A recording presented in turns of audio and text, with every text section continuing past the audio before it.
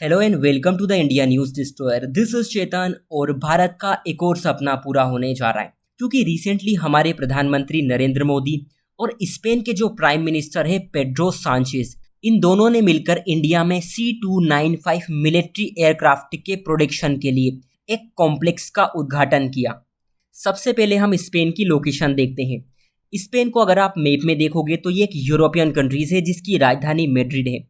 France और पुर्तगाल के साथ इसकी बाउंड्री लगती है और यहीं पर आपको जिब्राल्टर स्ट्रेट देखने को मिलेगी जो यूरोपीय महाद्वीप और अफ्रीकी महाद्वीप को अलग करती है। इसी के साथ ये अटलांटिक महासागर और भूमध्य सागर को आपस में जोड़ने का काम करती है। भारत के लिए प्राउड मोमेंट इसलिए है क्योंकि ये जो कॉम्प्लेक्स है वो पूरा एक प्रोडक्शन इकोसिस्टम है जिसमें मैन्युफैक्चरिंग से लेकर असेंबलिंग, टेस्टिंग, क्वालिफिकेशन के साथ साथ एयरक्राफ्ट की डिलीवरी और मेंटेनेंस की कंप्लीट लाइफ साइकिल हमें देखने को मिलती है। और इसे ही हम मेड इन इंडिया या फिर मेक इन इंडिया कहते हैं। मतलब C295 एयरक्राफ्ट इंडिया में ही डेवलप किया जाएगा। भारत का हर नागरिक चाहता है कि इंडिया अपने डिफेंस सेक्टर में आत्मनिर्भर बने। हम सभी यही चाहते हैं कि हर छोटी छोटी से लेकर बड़ी बड़ी चीज़ें भारत में बने, हमें इनके लिए दूसरे देशों पर डिपेंड ना होना पड़े। जब हम एयरक्राफ्ट मैन्युफैक्चरिंग इंडस्ट्री की बात करते हैं तो लंबे वक्त से सिर्फ कुछ कंपनियां ही हैं जिन्होंने इस पर अपनी ग्रिप बनाकर रखी है, अपनी मोनोपोली बनाकर रखी है, अपना एकाधिकार बनाकर रखा हुआ है। जिनमें से बोइंग और एयरबस का नाम आपने सुना होगा।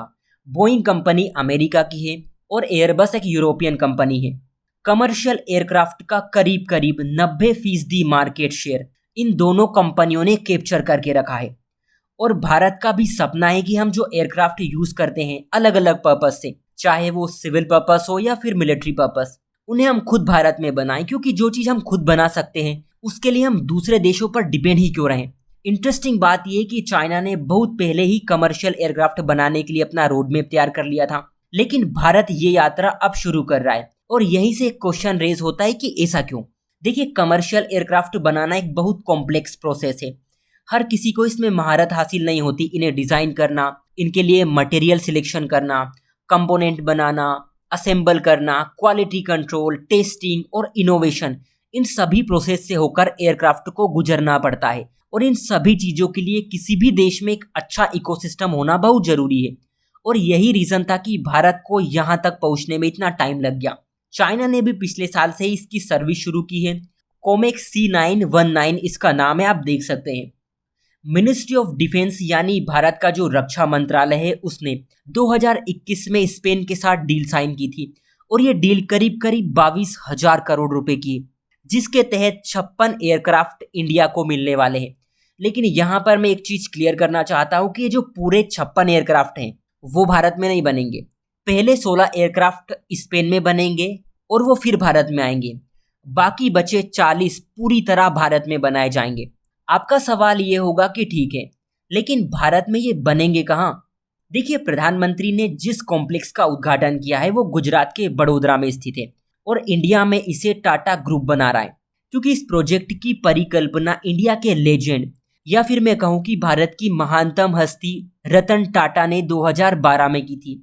उनके इस पथ प्रदर्शक पहल और दूरदर्शी नेतृत्व की ही बदौलत है कि भारत अब से अपने कमर्शियल एयरक्राफ्ट खुद बनाने जा रहा है। इसके फीचर्स के बारे में अगर हम डिस्कस करें तो C295 में कई प्रभावशाली विशेषताएं हैं। क्योंकि ये एयरक्राफ्ट 442 किलोमीटर प्रति घंटे की रफ्तार से उड़ सकता है। इसकी पेलोड कैपेसिटी की बात करें तो करीब करीब 5 से 10 टन इसकी कैपेसिटी है।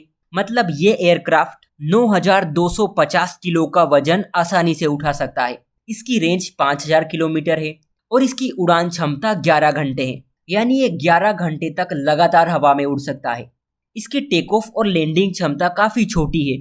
मतलब अगर रनवे छोटा है, कच्चा है, उस पर भी ये उतरने और उड़ान भरने में सक्षम है। 30,000 फीट तक ये उड़ सकता है और ये एयरक्राफ्ट भारत के एरो 748 एयरक्राफ्ट की जगह लेगा।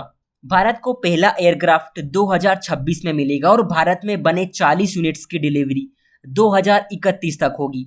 ये प्रोजेक्ट भारत की आत्मनिर्भरता और डिफेंस सेक्टर के लिए मील का पत्थर साबित होगा। मिलिट्री पर्पस की सबसे पहले अगर हम बात करें तो टेक्टिकल ट्रांसपोर्ट में इसका एक बड़ा रोल होगा। चाहे वो हथियार हो, चाहे वो हमारे सैनिक हो या फिर दूसरी तरह की सप्लाई, इन्हें एक जगह से दूसरी जगह ले जाने में इसका बड़ा रोल होगा। चाहे वो दूर के इलाके हो या फिर दुश्मन वाले इलाके।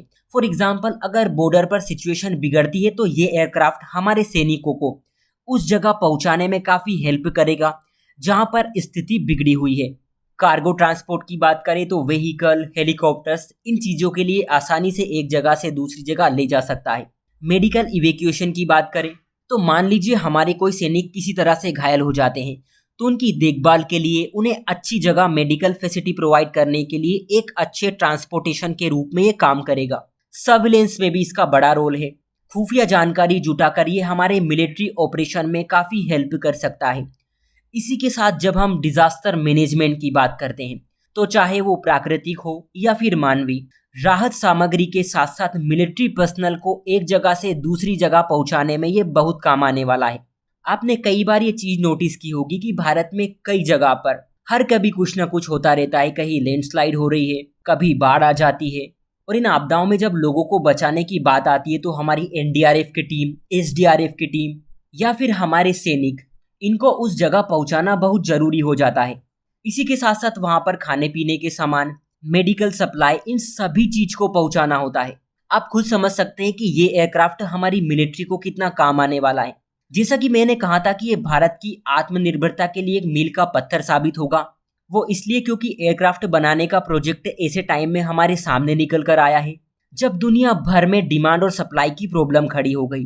भारत की बढ़ती आबादी, हमारी इकोनॉमिक ग्रोथ जो कि काफ़ी तेजी से हो रही है, इन्हें देखते हुए अगले 20 सालों में हमें करीब करीब 2200 बड़े एयरक्राफ्ट की नीड होगी। भारत के साथ साथ दुनिया के दूसरे हिस्सों में इस तरह की बढ़ती डिमांड के चलते सप्लाई में कोई तेजी नहीं आई, यानी डिमांड ज़्यादा है और सप्लाई कम। ऐसे में अगर भारत इस क्षेत्र में उतरता है, जो कि कदम रख चुका है, तो कहीं ना कहीं हम सप्लाई चेन का पार्ट बन सकते हैं। हम भी दुनिया के दूसरे देशों को खुद के बनाए हुए कमर्शियल एयरक्राफ्ट बेच सकते हैं, मिलिट्री एयरक्राफ्ट बेच सकते हैं।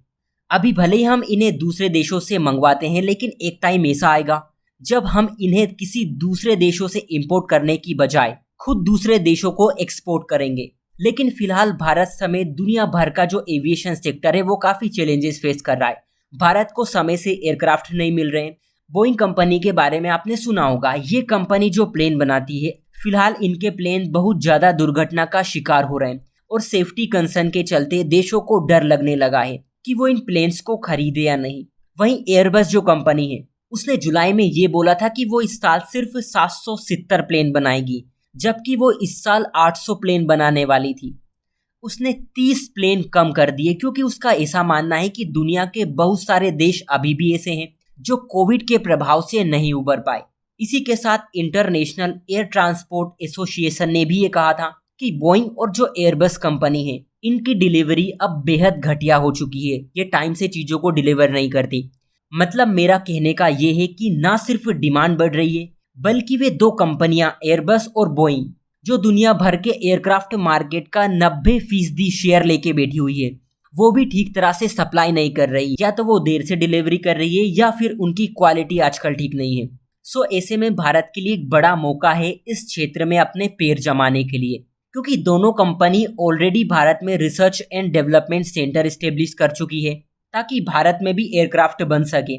इससे ना सिर्फ भारत की क्षमता बढ़ेगी, हमें टाइम से एयरक्राफ्ट डिलीवर होंगे, हमारे एविएशन सेक्टर में जो प्रॉब्लम चल रही है वो दूर होगी, इंडिया में रोजगार बढ़ेगा, मिलिट्री कैपेबिलिटी हमारी इन्हेंस होगी, हम सप्लाई चेन में as a exporter role play करेंगे, दुनिया के दूसरे देश भारत से एयरक्राफ्ट खरीदेंगे, जिससे भारत की एडिशनल इनकम जनरेट होगी।